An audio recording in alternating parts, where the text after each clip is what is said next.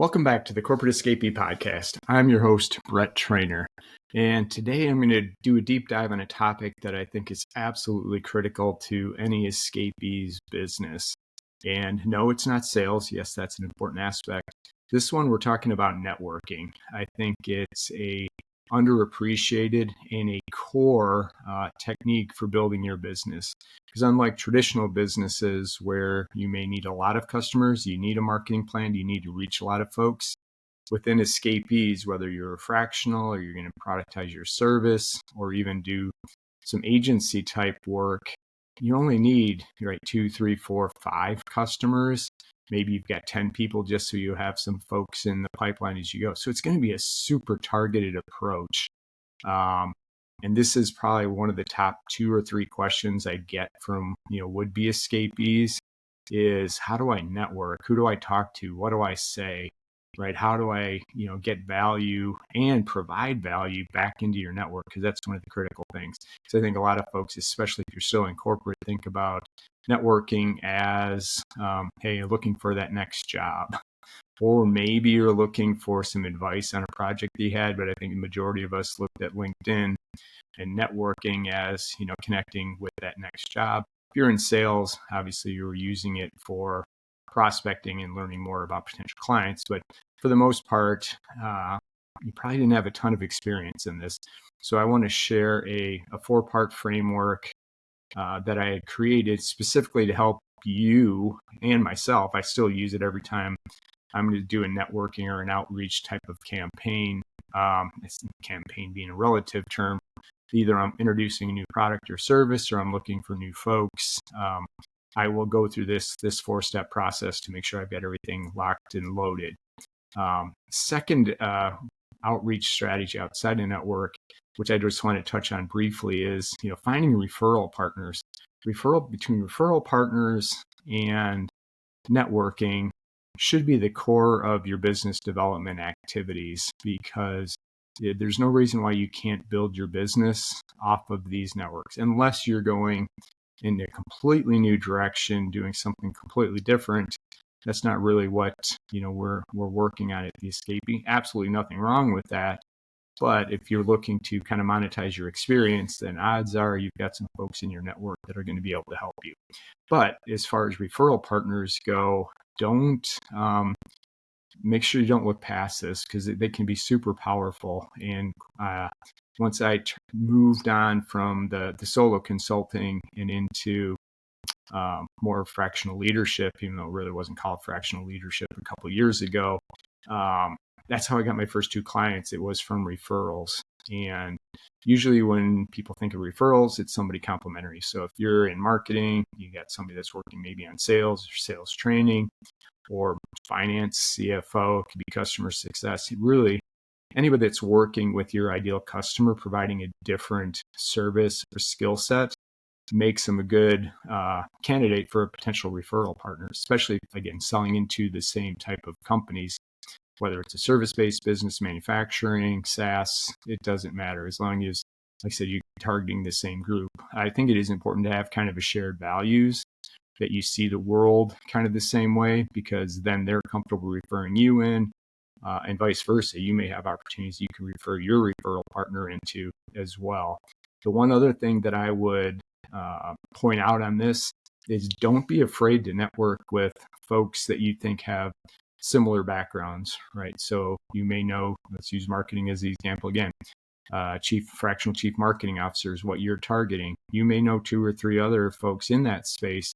It's more than okay to connect with them. Worst case, you can brainstorm, share best practices, but you may also find opportunities that you may be a slightly better fit for than your partner. That's how I honestly got my first couple of gigs, as I mentioned, was somebody else that was in the fractional chief revenue officer space. His focus was much more on sales training and training small sales teams and the development and how to get the most out of those groups. And I was more tactical and strategic with overall revenue operations. So we didn't exactly play in the exact same space, or our strengths weren't in the same spot. Plus, when he came across a prospect, he did not have any capacity, so he was already full. So instead of turning that person away, connecting them with me, I worked out a rev share, not even a rev share deal, was a referral fee, 20% of the first year of revenue for, helping me land that first customer. It was kind of a win-win. He didn't have the capacity. We picked up a nice new revenue stream, and I was able to land my first fractional client. So don't fall asleep on that channel. And maybe like I said, I'll do a deeper dive in how to approach that on a different episode. But for today, I want to talk about networking and that 4-part framework. So I'm going to try to illustrate this much. If you're listening via podcast, should be able to visualize or take some notes and figure it out. If not, you can always email me or connect with me. I do have these frameworks in my starter kits and in some of my tools. So connect with me on LinkedIn, message me. I'm happy to send them to you as well. So, all right. So the framework is called TIOA. It's not going to roll off the tongue, but the 4 parts are the target, the intro, the offer, and the ask. And usually when I'm looking at this, there's 2 potential folks in your network that you're looking towards, right? You can think of this as being somebody, former colleague, maybe it's a current colleague that hasn't left the company, but knows, can keep it on the down low that you're looking for, you're going out on your own, starting a new venture. Could be former clients as well as industry contacts, all make good potential referral partner. So, all right, let's get into it. So the part 1 is the target. And this is really where you identify who to connect with. This is, like I said, should be super targeted. You should go through and prioritize your network. And there's 2 distinct groups that you're looking for. First one is people who can introduce you to your ideal customers.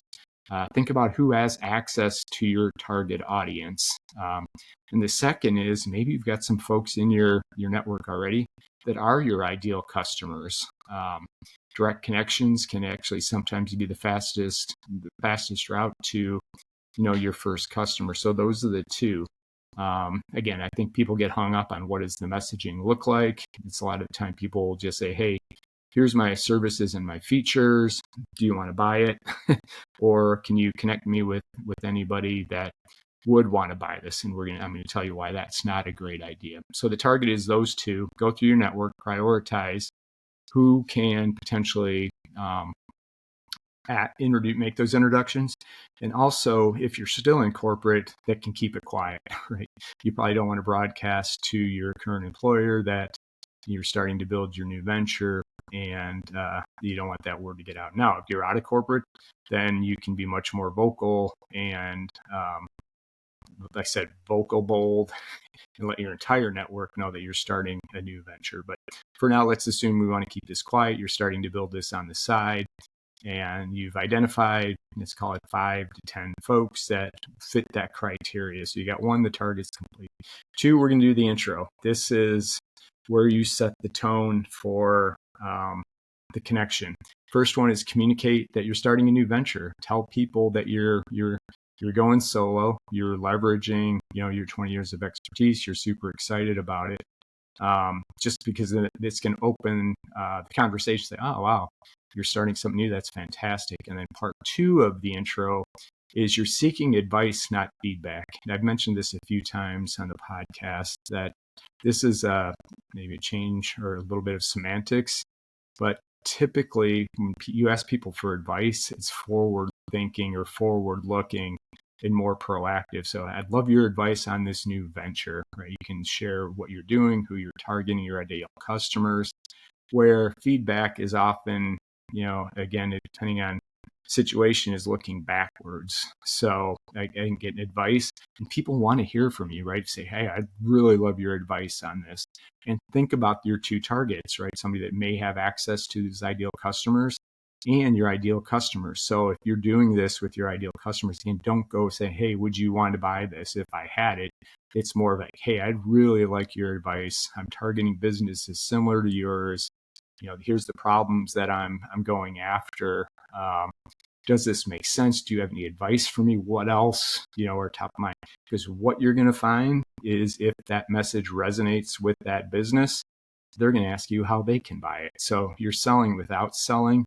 Because at the end of the day, really what you want out of these network connections, I mean, ideally you want the sale, but you also want feedback, right? Because you're going to hear from folks that directly to what's resonating with them, what's not resonating with them.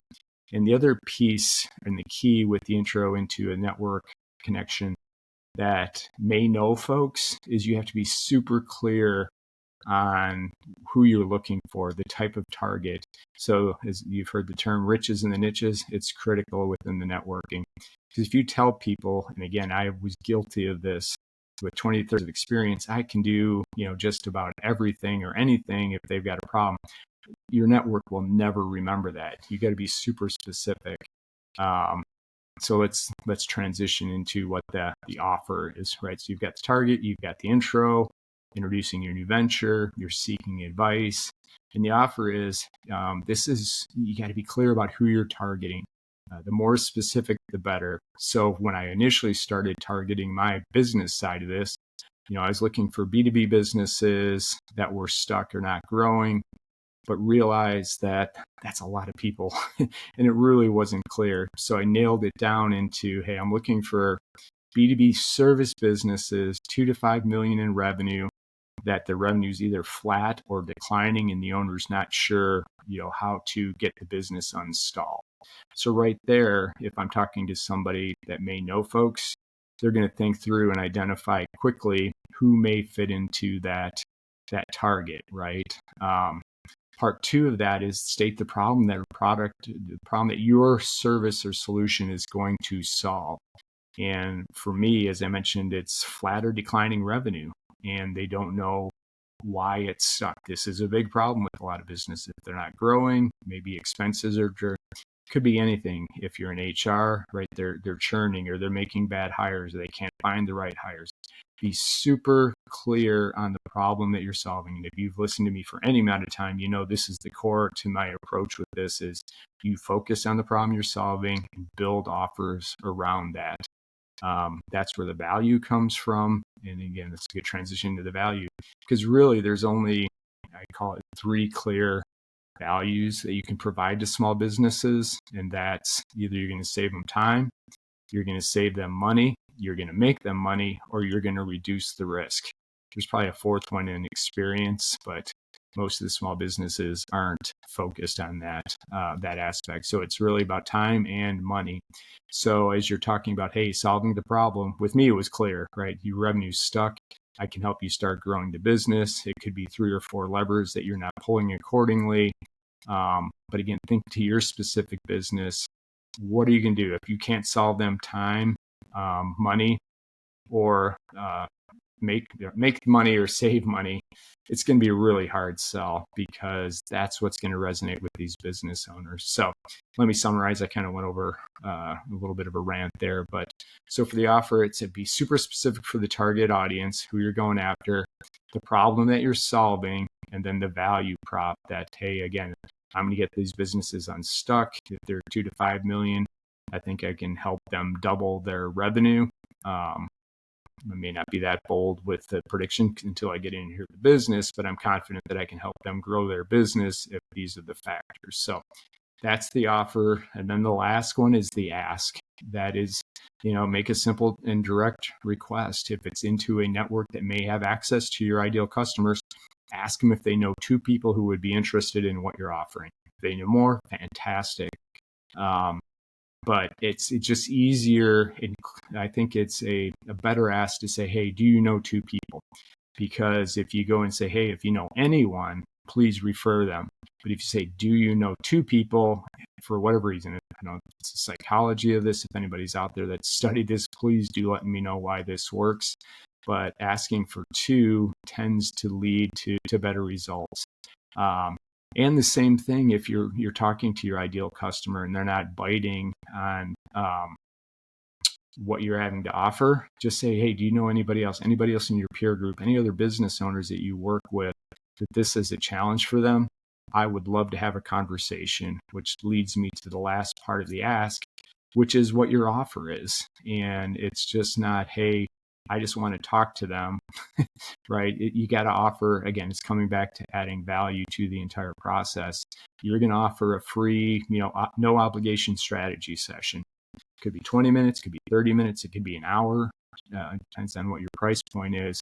It makes sense. And you can tell them, hey, this isn't a sales pitch. If you introduce me to somebody, I just want to learn. This is a new venture. The more feedback and advice I get, the better positioned I'm going to be. And if you take this approach, I guarantee you're going to find people, well, what about me? I think I might be a good candidate. Perfect. Then you can move into, how you could potentially help them. But again, going back to that free strategy session, it's a great sales tool. And I'll share with you, when I was just getting started on TikTok, I shouldn't say just getting started TikTok, when I had that influx of people and connections that my message was resonating on TikTok, I didn't know what to do with them, right? I didn't have a formal program or community. I didn't have any of that stuff built. So what I was offering was a free 20-minute mini strategy session that basically says, hey, if you're in corporate, you hate it, you want to get out, you don't know how to get unstuck or how to get started, schedule a free 20-minute session. And like I said, all I was asking was 5 minutes to ask questions. Most of the time I didn't have to, because I would get my questions asked as they were asking their questions, right? It was in a one way. I said, hey, here, I'm going to ask as many questions as you want. I asked you to keep it to 20 minutes because there's a lot of people that are interested. And I think I ended up with over 300 of those strategy sessions. Now, I'm not recommending to take and do 300 strategy sessions, but I received a ton of feedback, a lot of great information. And I would say on, probably 50% of the calls at the end, they're probably like, all right, what are you selling? You're going to pitch me something now that I've asked the questions. I said, at this point, I'm not. I've got plenty of free tools. I highly encourage you to start with those. In that case, it was the podcast. Eventually became the community. Start there. I'm like, I do have some paid programs, but I'd rather have you, start with, some of the stuff that I'm providing for free. If you see the value there, then we can talk about, how we can work together. So super effective. I know this doesn't seem very detailed, but the less salesy you are, the better off. So let's summarize. So the 4 parts again are the target, right? This is, could be either somebody that can introduce you to your ideal client or somebody that is your ideal client. The intro, again, you're talking about your new venture, you're seeking advice, not feedback. 3 is the offer, specific target, who you're going after, the problem you're solving for those specific accounts or clients, and your value prop. And then the ask, right? It's again, referrals, 2 people. If you want to ask for more and be bold, go for it. But I think, do you know 2 folks that you could connect me with that may be of interest? Perfect. Thank you. And then the strategy session. So in return, you're going to give these folks a free strategy session. You can create other lead magnets, those types of things. But again, from an Escapee perspective, and most of us are doing services, the 20-minute strategy session seems to work really well.